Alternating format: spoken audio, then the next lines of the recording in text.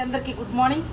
ఈరోజు స్వేచ్ఛ ఆటల్లో భాగంగా మా ప్రీ స్కూల్ పిల్లలతో రైలు బండి ఆట ఆడించబోతున్నాను. హాయ్ పిల్లలు, గుడ్ మార్నింగ్ పిల్లలు. ఇప్పుడు మీరు రైలు ఏ విధంగా వెళ్తుంది అనేది శబ్దం చేస్తూ వెళ్తారన్నమాట. ఇప్పుడు ముందర దివ్యశ్రీ, హేమశ్రీ ఉన్నారు, తర్వాత ధనుశ్రీ ఉంది.